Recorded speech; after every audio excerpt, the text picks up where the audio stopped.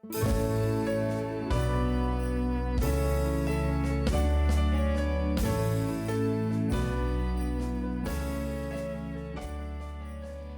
Cross is a church committed to fully enjoy and share with others the life, grace, and restoration that can only be found in Jesus. If you are unable to visit us on Sunday mornings, you can learn more about King's Cross at kingscrossva.org.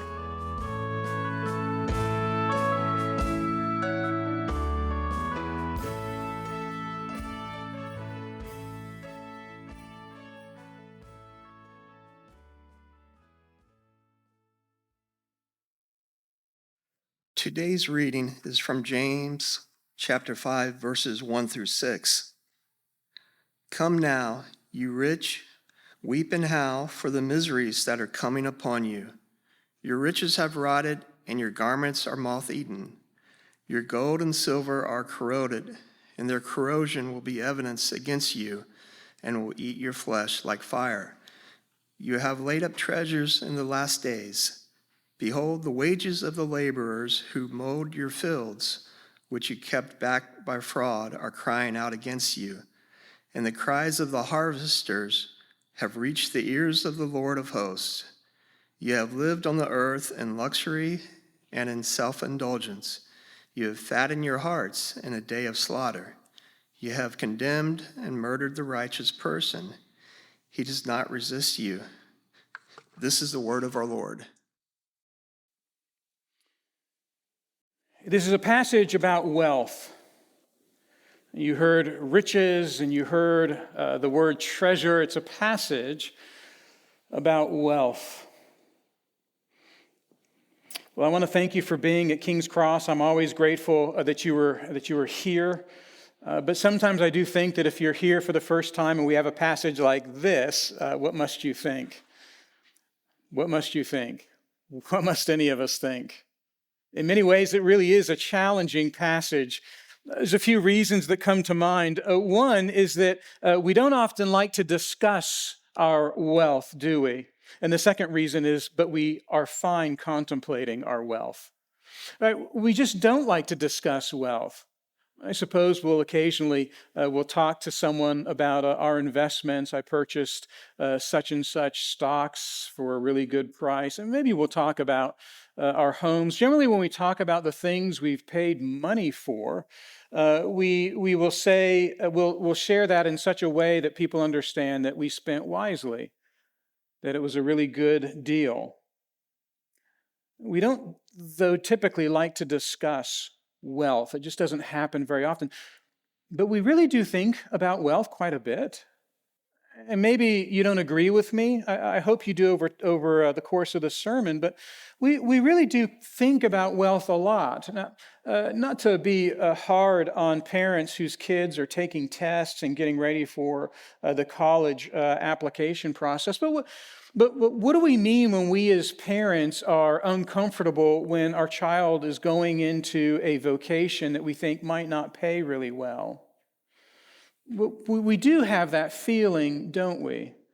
We just think about wealth a lot. I mean, we may say that, I'm not going to work because of the money, but in a sense, you kind of have to. I mean, you have bills to pay.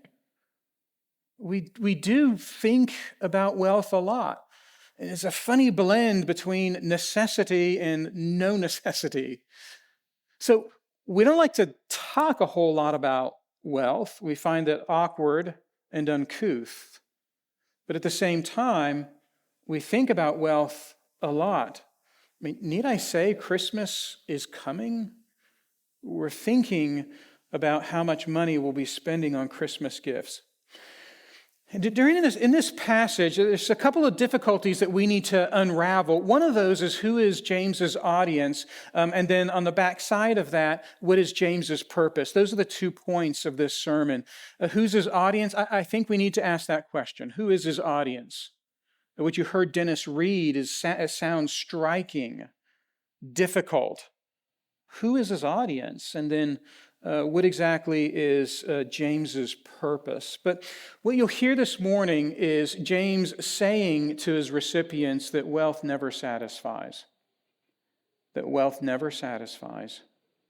And to see that, we need to understand his audience and we need to understand his purpose. And so let's begin with who his audience is. I can phrase it this way, easily enough. Is James talking to Christians or is he talking to non-believers? Well, it's an interesting question, and perhaps you wouldn't ask that as you're looking at this passage. Very likely you saw this passage for the first time just moments ago. And there is some argument that would tell us that, well, look, it's to a Christian audience, isn't it? I mean, James, he's writing a letter, and the letter is addressed to churches. They're Christian Jews in the dispersion. And not only that, hasn't James used repeatedly in this letter the word brother? Brother is a word for a saint in the church. It's why in some of your notes when the word brother appears, a good Bible remind us that refers to brothers and sisters. It's an expression of saintliness. And we see brother a lot in this passage. Some commentators will look at verse 1 of our passage, and they'll go backwards and look at chapter 4, verse 13. You can do that if you have a Bible open in front of you. And when you look in 4, verse 13, you see the same expression that shows up in 5:1. Come now, come now. Come now, you who say, 4:13, come now, you rich, 5, verse 1. And he's speaking to Christians, as I preached this passage last week. He's preaching to Christians there, and so Christians here as well. He says in verse 3, you've laid up treasure in the last days. Last days is normally an expression that's addressed to Christians. Last days is an expression of the coming of Jesus. That's verse 3. And verse 6, while it sounds really difficult, you've condemned and murdered the righteous person, but already in James chapter 2, hasn't James said of the church, Christians in the church, you have dishonored the poor man? James chapter 2, verse 6. He said harsh things to Christians before. But this particular passage is really difficult to understand it as a passage that's addressing Christians. And you see that right in verse 1. Weep and howl for the miseries that are coming upon you. Verse 1's about judgment. And it's hard for us to understand if James, if he's talking to Christians, why could he utter the words of verse 1 to them? But at the same time, there's also an argument here that while it may be for Christians, it's just hard to wrap our minds around, it could be an argument for a non-Christian audience. You see, the Christians have been dispersed and exiled. They have this audience of people around them, so to speak, that is against them. Do you remember that? The whole letter is addressed to Christians who have been displaced. They've been kicked out of their house. And where they currently live is they live in a place of exile. That they don't fit historically, culturally, socially, economically. They're outsiders to where they live. They're immigrants in this context. And because of that, they have a socioeconomic disadvantage. That's really who these people are. And it could be that James is taking a moment to address those individuals. Because the Christians aren't the wealthy ones. It's the outsiders who are the wealthy ones, and maybe James is addressing the outsiders. You see what he says in James chapter 2. We're going back there for the second time. And he says, are not the rich the ones who are oppressing you and the ones who are dragging you into court? Those people are the bad people. And maybe James is addressing non-believers. He's addressing those bad people. And if that's the case, the judgment language, doesn't it make more sense? Weep and howl, your gold and silver have corroded. Now look at verse 3. That corrosion is going to be evidence against you and will eat your flesh like fire. Fire is a judgment word, and we see that in verse 3. And then finally in verse 4, the cries of those who have abused has reached the ears of the Lord of hosts. This is verse 4. Lord of hosts, by the way, means Lord with an army. And your cries have been heard by the Lord who has an army. And also in this section, there's no mention of brothers at all. So it could very well be that James's audience is actually non-believers, not believers. At the same time, why would he address non-believers inside of a letter that addresses the church? Are they Christians or are they non-Christians? Who's his audience? Okay, let's pause here for me to say something that's important to the task of a preacher. You won't like this. Part of the task of a preacher is to unsettle you before God's word. And then a good preacher will resettle you. This is something that we should be asking about this passage. The language is striking to us. Is he addressing Christians or is he addressing non-Christians? And perhaps you didn't think that, but now you think it, and now you're a little unsettled. You can say thank you to me after the service. But we do need to continue. Who is he addressing? I've addressed a problem that you hadn't perhaps thought of. And I want to suggest to you that James is doing something that's rather special in this particular passage. And what James is doing is James is preaching to them with an Old Testament frame of mind. Remember, James, this letter is sometimes called the Proverbs of the New Testament. They skip around a bit. But Proverbs sometimes carry very striking judgment. And really what James seems to be doing here is he is speaking the way a prophet would speak when chastising the neighbors of Israel. We see this all the time in the Old Testament and prophetic literature, where the prophet will instruct the people of Jerusalem, as an example, and then veer off and pronounce a warning, an admonition, or a judgment upon the neighbors of Jerusalem. This happens a lot in prophetic literature. And James, he's doing that in this passage. James is in many ways, he's addressing those who are outside the life of the community. People who may not be there at the worship service when this letter is being read as an act of worship. Why would James do this? Address people who are not actually present. And there's an answer for that, and that's very important for understanding this passage. James's audience are the people in the church who are hurt by the wealthy outside the church.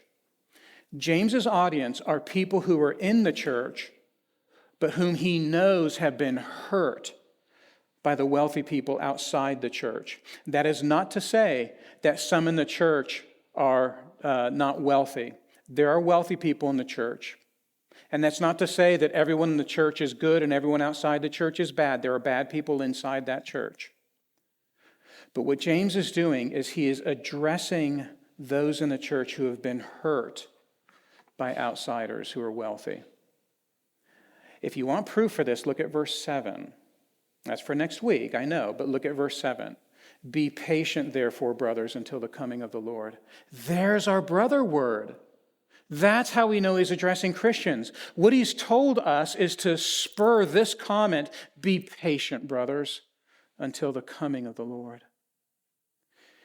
James is addressing people who are hurt. And he's doing something by speaking to those who have caused the hurt.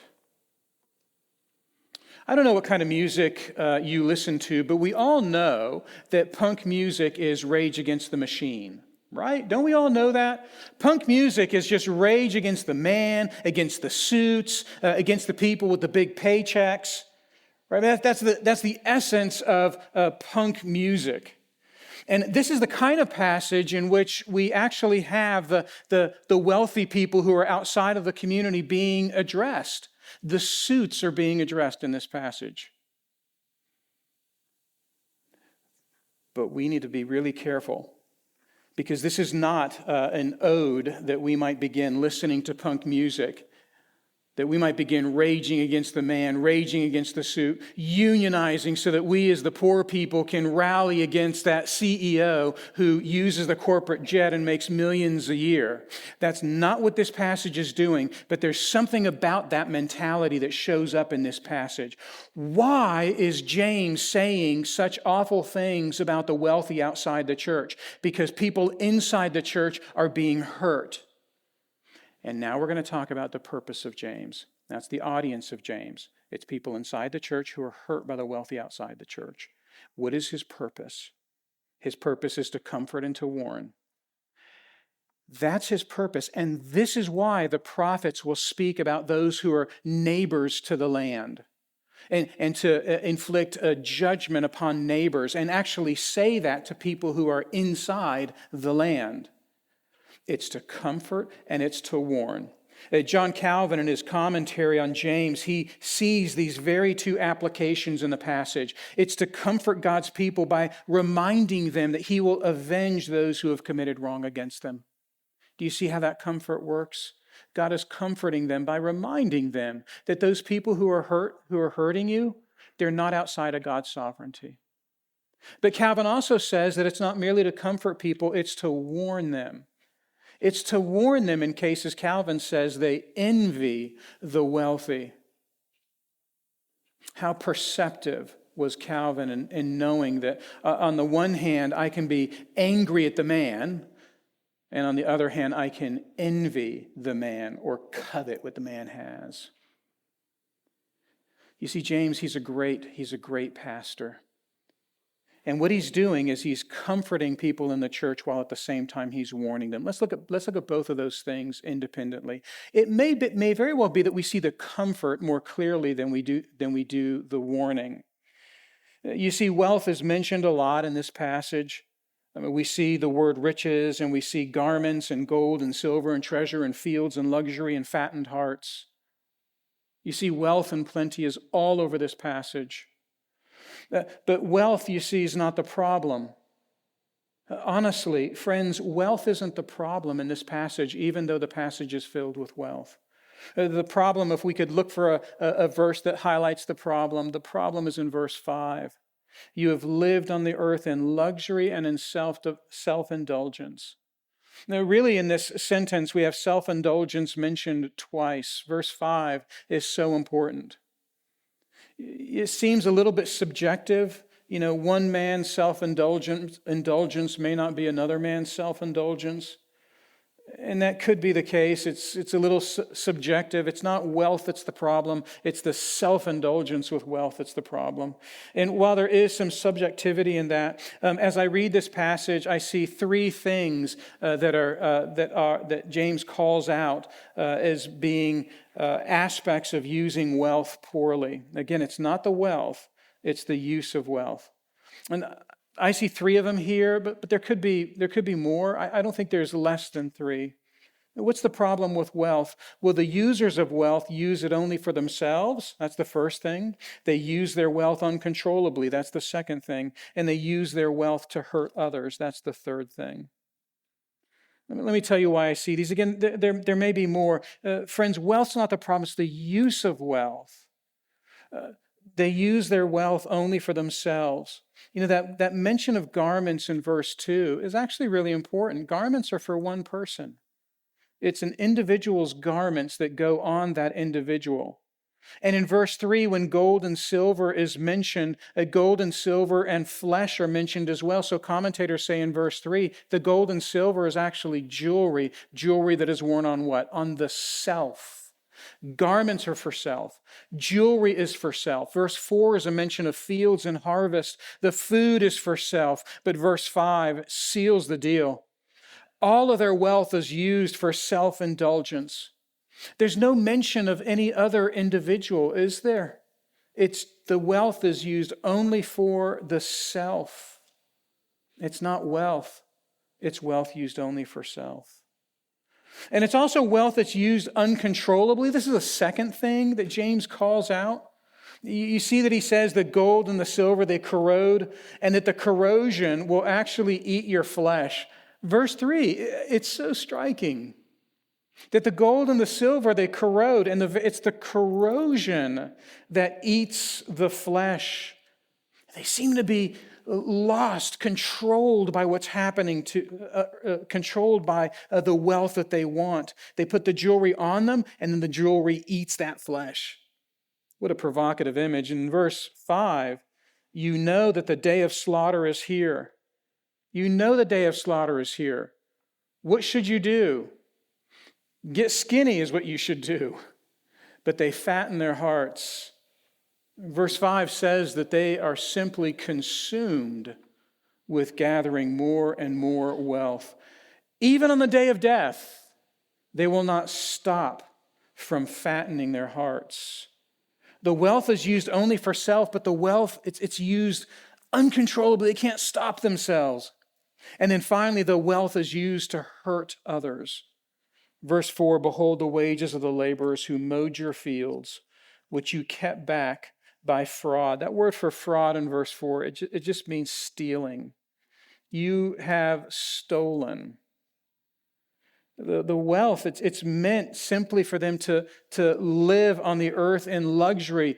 But the luxury is a kind of splendor so that other people can see it. And who do they want to see their wealth? All of the people who are underneath the heels of their boots, the workers in their fields. And I want you to stand before the radiance of my wealth. You see, friends, what James is doing here is James is painting this picture that's not merely wealth, it's the use of wealth. It's a use of wealth that is for self, that is uncontrollable, and that hurts others. It's not the wealth on itself, it's how it's being used. But James, he wants to comfort the church. Isn't it good for you to know that God sees your enemies and sees them clearly? That God understands how those who are hurting you operate. He knows everything about them. He knows more about them than they know about themselves. That's really important, and it's important why? Because James is writing to people who have been hurt by this very crowd. These individuals who are using wealth for self, who are controlled by their wealth, and who are hurting others with their wealth. Well, there are people in the church that are suffering for exactly that. And it should be a comfort to them to know that God sees them. He understands exactly what's going on in their hearts. And not only that, the cries of the harvesters has reached his ears. Do you see that? He hears our cries. They've reached his ears. You know, that language in verse 4 ought to remind us of the cries of the slaves in Egypt. And God heard those cries, and he delivered them. God actually judges. You see, as a Christian, we know what that day of slaughter is. It's that day when Jesus returns.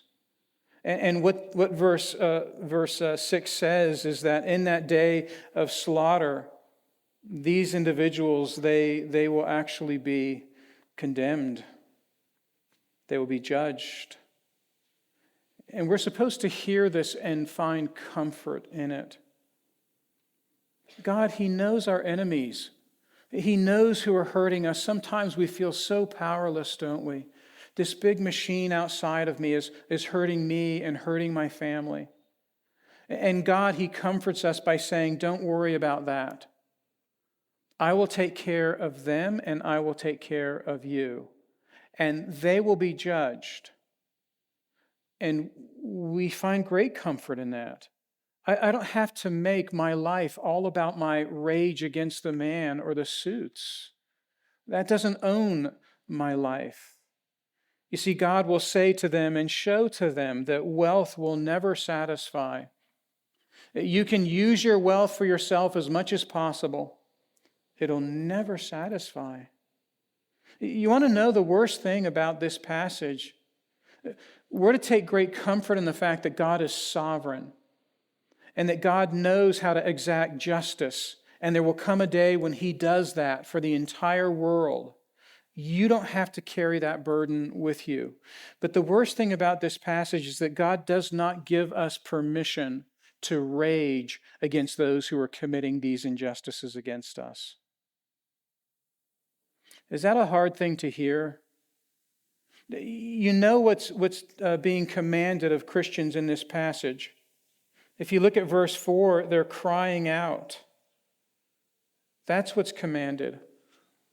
We cry out. That's what we do. God is going to judge them. We're not the judges. This is so terribly hard to hear. He says that the righteous person does not resist in verse 6. Friends, this is brutal. The comfort that we're to derive from this passage is that God judges and that we don't. I mean, just listen to a couple of these passages. This came immediately to mind to me. This is 1 Timothy 2. Paul says, I urge that supplications, prayers, intercessions, and thanksgivings be made for all people, for kings and all who are in high positions, that we may lead a peaceful and quiet life, godly and dignified in every way. 1 Thessalonians 4, that's 1 Timothy 2. 1 Thessalonians 4 says that we as Christians are to aspire to live quietly, to mind our own affairs, to work with our hands, so that we may walk properly before outsiders. Isn't that amazing? This is actually what we're called to do as Christians. And what James is doing is he's pronouncing judgment on those who are hurting us, but he's never giving us permission to exercise that judgment ourselves. We're to live quiet lives. And indeed, we suffer and we struggle, but we cry out to God. But we do have a God to cry out to. And we lean upon him and we trust him. We are dependent upon him in all things when we're not being hurt and when we're being hurt. This is how James is comforting us. God is sovereign. You are not, but he will care for you. Now, there's two things, right? What is the audience of James and what is the purpose of James? There's two purposes. One's to comfort, and this is comforting. And then one is to warn. You see, James is speaking this way to people who may not be in church at all that Sunday. He's speaking this way, not merely to comfort, but also to warn. May we not be the kind of people who use our wealth like them. You see, it's not merely about wealth. There may be wealthy people in the congregation at this very moment as James is addressing them. It's not about wealth, it's about the use of that wealth. And just as James comforts, he warns. Christian, may we not use our wealth the way the individuals of this passage are using their wealth. Am I using my wealth only for myself? That's what's happening in the lives of the outsiders who are hurting me. But am I using my wealth only for myself? Those who are outside the church will learn one day that that wealth never satisfies because God will condemn them and judge them and burn them. That's what James is saying in the passage. But what about my own heart? Am I aware of that as well? Am I using my wealth only for myself? Do I know that wealth will never satisfy? That I need something more than just wealth if I'm to have peace and happiness? Why then am I using my wealth only on myself? Am I using my wealth in an uncontrollable way? Am I thinking about it a lot? Is my family sacrificing for my acquisition of wealth? Am I using my wealth in such a way that my wealth is actually eating me up? Do I not know that wealth never satisfies? It never satisfies. So why am I feeding myself and my family, my thoughts and my heart to the acquisition of wealth? Wealth never satisfies. Or how about this? Am I using my wealth to hurt others? Do I have blinders on so that I don't care for the needs of others around me? I only care for the acquisition of wealth. And if I storm over people, I storm over people. Am I using my wealth at the expense of a brother or a sister in the church? Am I using my wealth at the expense of my neighbor? Why would I do that when I know that wealth never satisfies? Why would I stand upon my brother or my sister for wealth when I know that wealth never satisfies? You see what James is doing? The purpose of James in writing this way is to comfort us by reminding us that we don't need to go out and fight all of those people who were subject to their wealth. We're comforted by that, but at the same time, don't become them. Don't you use your wealth in that way. See, this is the beauty of Christianity. Christianity does not allow us to measure ourselves based upon those things that we do. Christianity doesn't allow us to measure ourselves based upon my intentions. The things I do and my intentions are better than everyone else's. Christianity says it like it is. I am comforting you because I am the one who executes judgment in all of the cosmos. But at the same time, I know that heart of yours, and you need to be aware of that heart as well. Now, the world actually knows that there is no ultimate satisfaction in wealth. This is how I want to conclude. Much of what I've said this morning and much of what James says to his original audience, the world actually knows. It doesn't take Christ for a sociologist or a psychologist to study and produce data that shows that people know that wealth never brings ultimate satisfaction. That happiness and peace can not only be found where there is no wealth, almost exclusively exist where there is no wealth. People in dire straits can have amazing happiness and amazing peace. People outside the church know this. People outside the church testify to this over and over and over again. We all know wealth will never make me happy. Wealth will never satisfy me.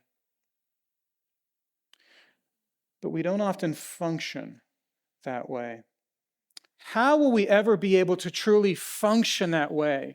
To know that we don't need wealth for happiness, that we don't need wealth for peace. How will we know? The Bible answers that question. The Bible says that we need the gift of contentedness. We need contentment. We need a heart that is not harried and restless, always rushing about looking for satisfaction. We know that we need a heart like that. How does God give us that heart? He gives us that heart by living in us by His Spirit and giving us contentedness. Godliness with contentment is great gain. We brought nothing into the world. We cannot take anything out of the world. This is a gift of God. We can be utterly naked in the world and filled with contentedness. That is what Christianity offers.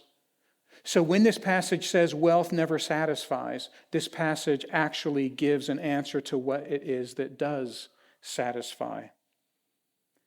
You see, that's what Christianity offers. Christianity offers Christ Jesus, who enters into your heart, who dwells with you and is always with you, secures your future, and allows you to be poor and oppressed and still full of happiness and peace. I want to conclude with a piece of poetry from George Herbert. As some of you know that I love poetry. I don't quote a lot of poetry. I don't think there's tons of poetry readers here. I'm going to do it this morning. George Herbert, 17th century poet, Christian man, actually a minister. George Herbert wrote a poem in which he's describing what it's like for a Christian to be dependent upon God. And the poem is called The Pulley. The Pulley. Pulley is something that with very little effort makes something go high. And George Herbert says that when God made man, God gave him the world's riches. Just think of all that God gave man at creation.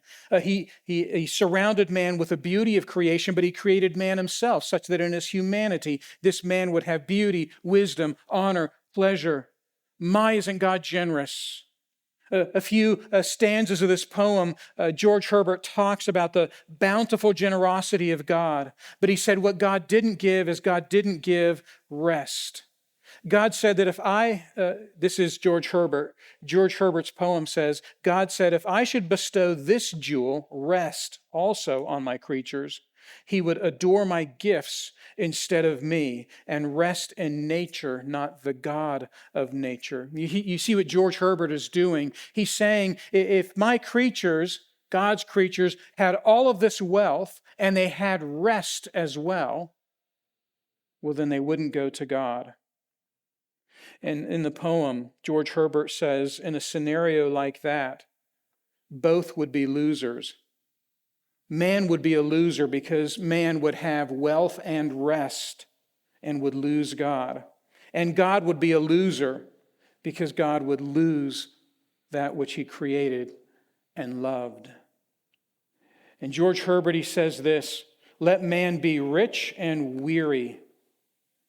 Let him be rich and weary. Why would George Herbert as a Christian person say that? Christian, we need to understand that wealth is not what gives us rest. George Herbert is saying, let him be rich and yet weary, because we are meant to find rest in God. He is that satisfaction. It's just remarkable that that weariness, according to George Herbert, is the kind of weariness that makes us go to God. Christian, we know that wealth never satisfies. We know that our hearts will run feverishly after wealth if there isn't some foreign invader in our heart that settles that heart. We know that our wealth will consume us. We know that our wealth will lead us into neglecting our brothers and sisters. We know this about our wealth. What then will give my restless heart rest? And George Herbert says, that's what God wants us to ask ourselves. You see, I'm never going to stop using my wealth for myself unless I find a different avenue for rest. I tell myself that if I just indulge, I'll finally find happiness. No. Christian, we already have a greater wealth, and that wealth has satisfied us, and we can rest. And I'm never going to stop using my wealth uncontrollably until I'm truly satisfied outside of my wealth. I am going to feverishly become my wealth unless I have a greater wealth who actually enters me and lives inside of me. And when that happens, well, I'll stop using my wealth uncontrollably because I will have a rest that lives inside of me. And I'm never going to stop hurting others in order to acquire wealth until wealth is no longer the most important thing to me. I receive a greater wealth, and in that greater wealth, I have rest, which means I can give my money to my brother and to my sister to see that they're well provided for, because I have that greater wealth. Christian, God is the author, the source of all that we have. Would we not use it self-indulgently? Would we not pursue it uncontrollably? Would we not use it to hurt others? How will that ever happen? God has given us rest. He has given us a greater wealth. Earthly wealth will never satisfy, but the greater wealth always does. Would you join me in prayer?